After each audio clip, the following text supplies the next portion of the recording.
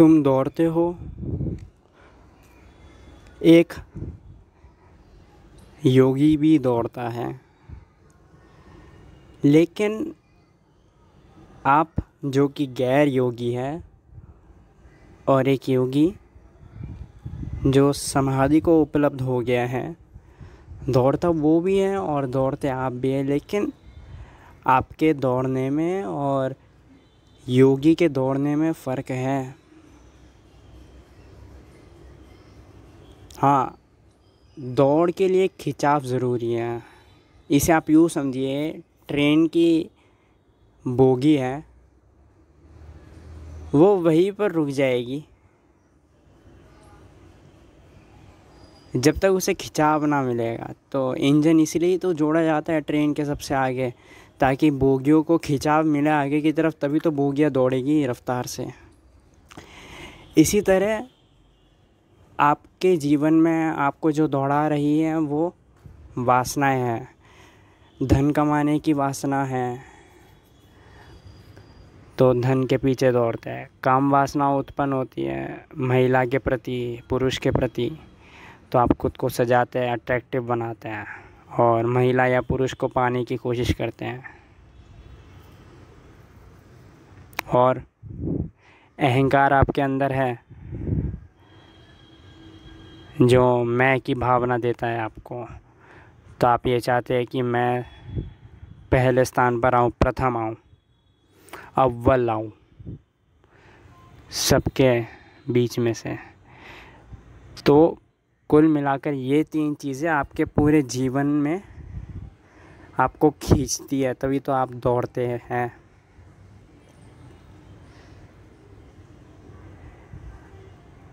तो आप जो कि एक गैर योगी हैं, जो समाधि को उपलब्ध नहीं हुए हैं, उनको ये तीन चीज़ें खींचती हैं।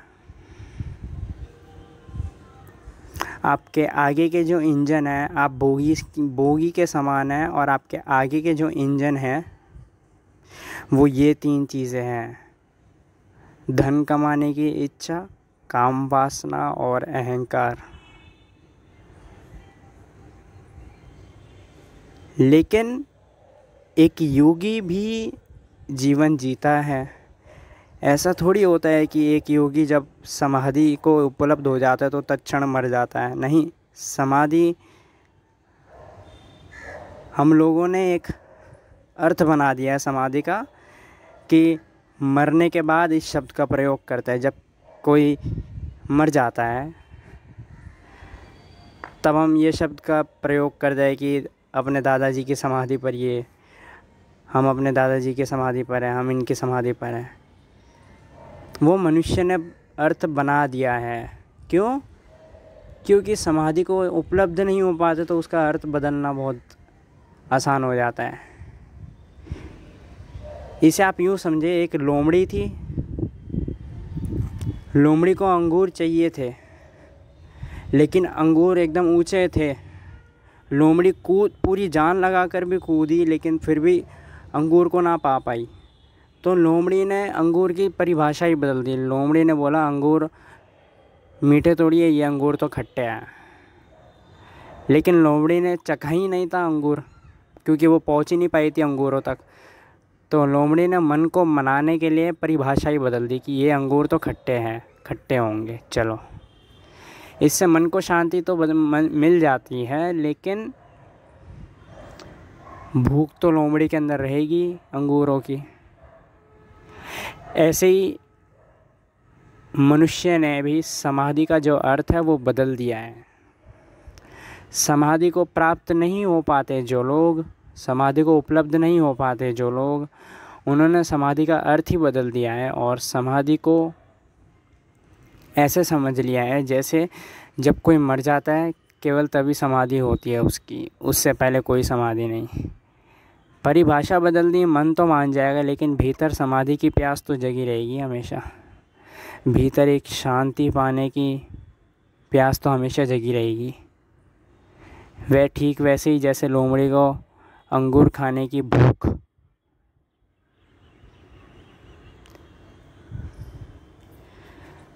तो आप जो कि गैर योगी है, जो कि जिसने समाधि नहीं प्राप्त की है, आपको ये 3 चीज़ें दौड़ाती है ज़िंदगी में: काम वासना, धन की इच्छा, अहंकार।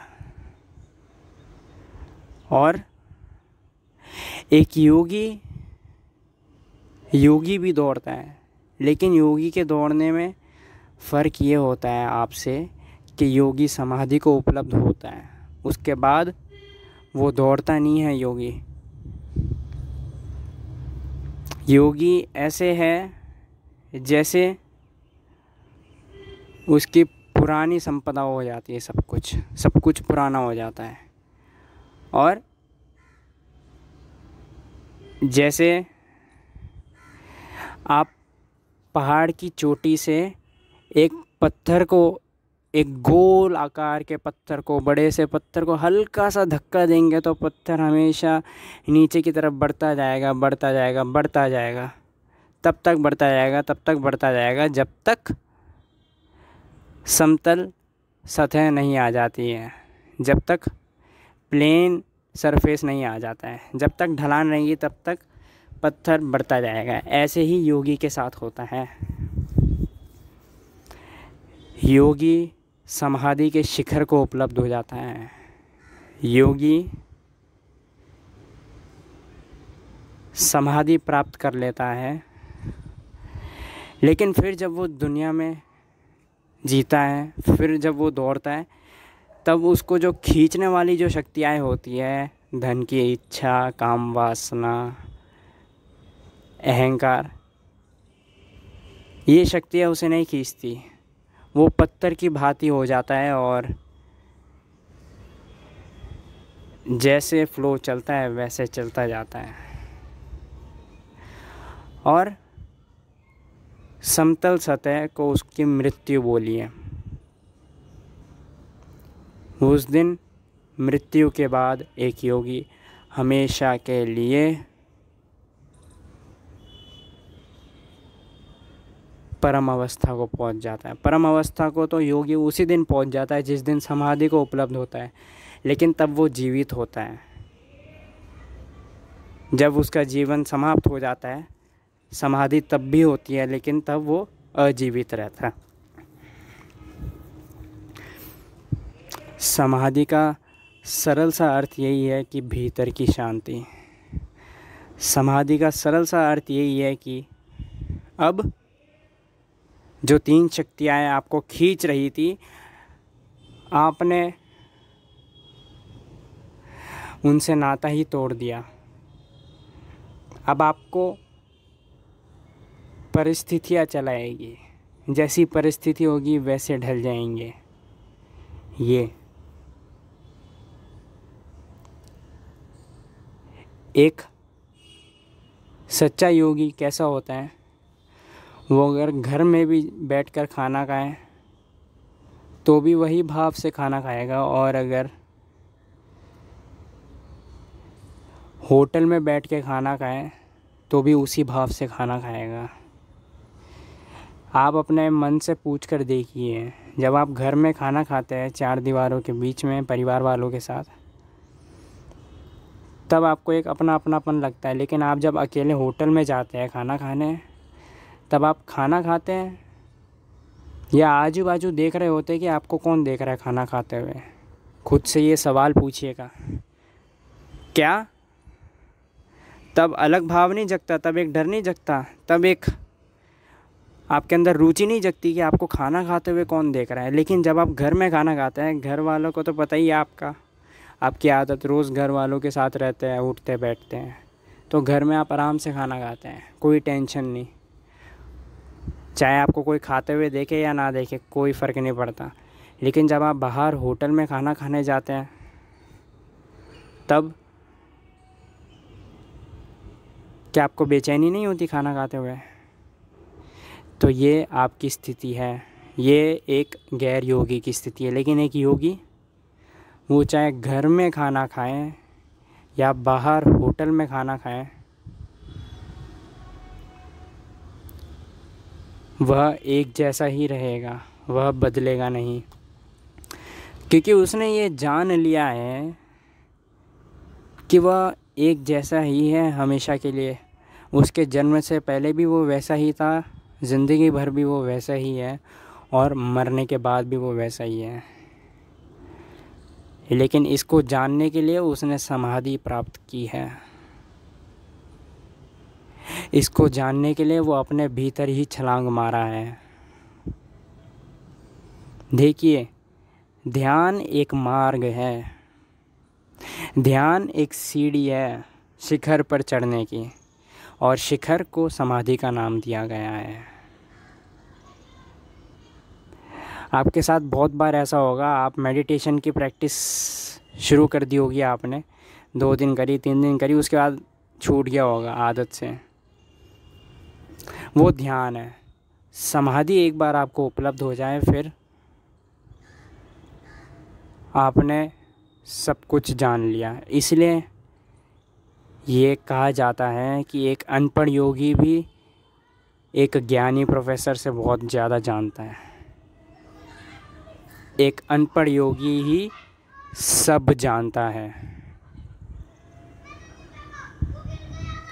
तो आपको 3 वासनाएं चलाती है, धन की इच्छा, काम वासना और अहंकार। और एक योगी को परिस्थितियाँ चलाती है। जैसी परिस्थिति होती है वो वैसा ढल जाता है और वैसा कर्म करने लगता है, क्योंकि योगी जानता है परिस्थितियाँ बदल जाएगी, लेकिन उसके जो अंदर का जो है,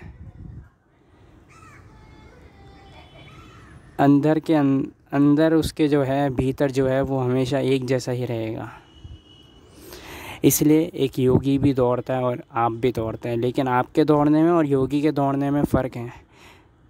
योगी दौड़ता है तो उसके भीतर शांति होती है, लेकिन आप जब दौड़ते हैं तो आपके बाहर भी शोरगुल होता है और आपके भीतर भी शोरगुल होता है। बाहर आपके परिस्थितियाँ होती है अलग अलग, भीतर आपके 3 शक्तियाँ हमेशा सक्रिय रहती है, काम वासना, धन कमाने की इच्छा, अहंकार। लेकिन एक योगी के अंदर ये तीनों शक्तियाँ विलीन हो जाती है और एक परम शांति उपलब्ध होती है। परिस्थितियाँ वैसे ही होती हैं।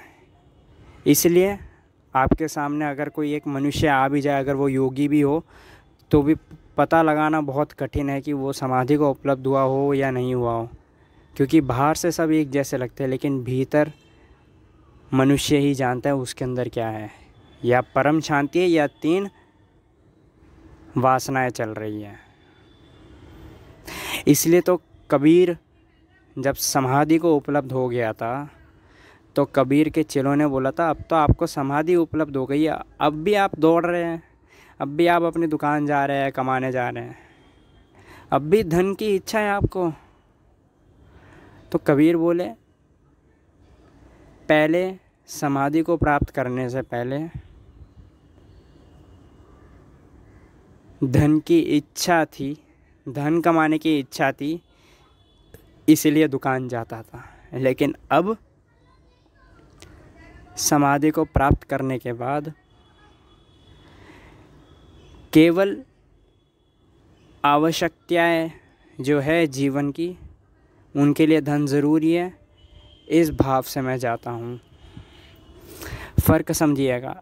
पहले अनाप शनाप धन कमाने की इच्छा थी, इसीलिए कबीर जाता था दुकान समाधि को प्राप्त करने से पहले। अब प्राप्त करने के बाद धन आवश्यक है जीने के लिए, इसलिए दुकान जाता है, अनाप शनाप धन कमाने के लिए नहीं। ये नहीं कि करोड़पति बन जाए रातों रात, इस सपनों को लेकर जाता है दुकान, नहीं। धन कमा के आवश्यकताएं पूरी हो जाए, घर चल जाए, बेटे की स्कूल की फ़ीस आ जाए, रोटी कपड़ा मकान के लिए आ जाए, कभी कोई बीमारी हो जाए तो दवाइयों के लिए पैसा आ जाए, ये सारी आवश्यकताओं के लिए जो धन आ जाए, केवल वो धन कमाने के लिए दुकान जाता था। तो कबीर बोला कि अब ये भाव है, पहले वो भाव था, और अब चाहे मैं मंदिर जाऊं या दुकान जाऊं, समाधि तो हमेशा अंदर है मेरे। एक शांति जो पैदा हो चुकी है वो कभी मरेगी नहीं। इसलिए भागते दोनों हैं, योगी और एक गैर योगी, लेकिन उनके भागने के पीछे की जो कारण है वो बहुत अलग है। सब्सक्राइब करें अगर ये चलचित्र मददगार साबित हुई हो तो, और शेयर करें।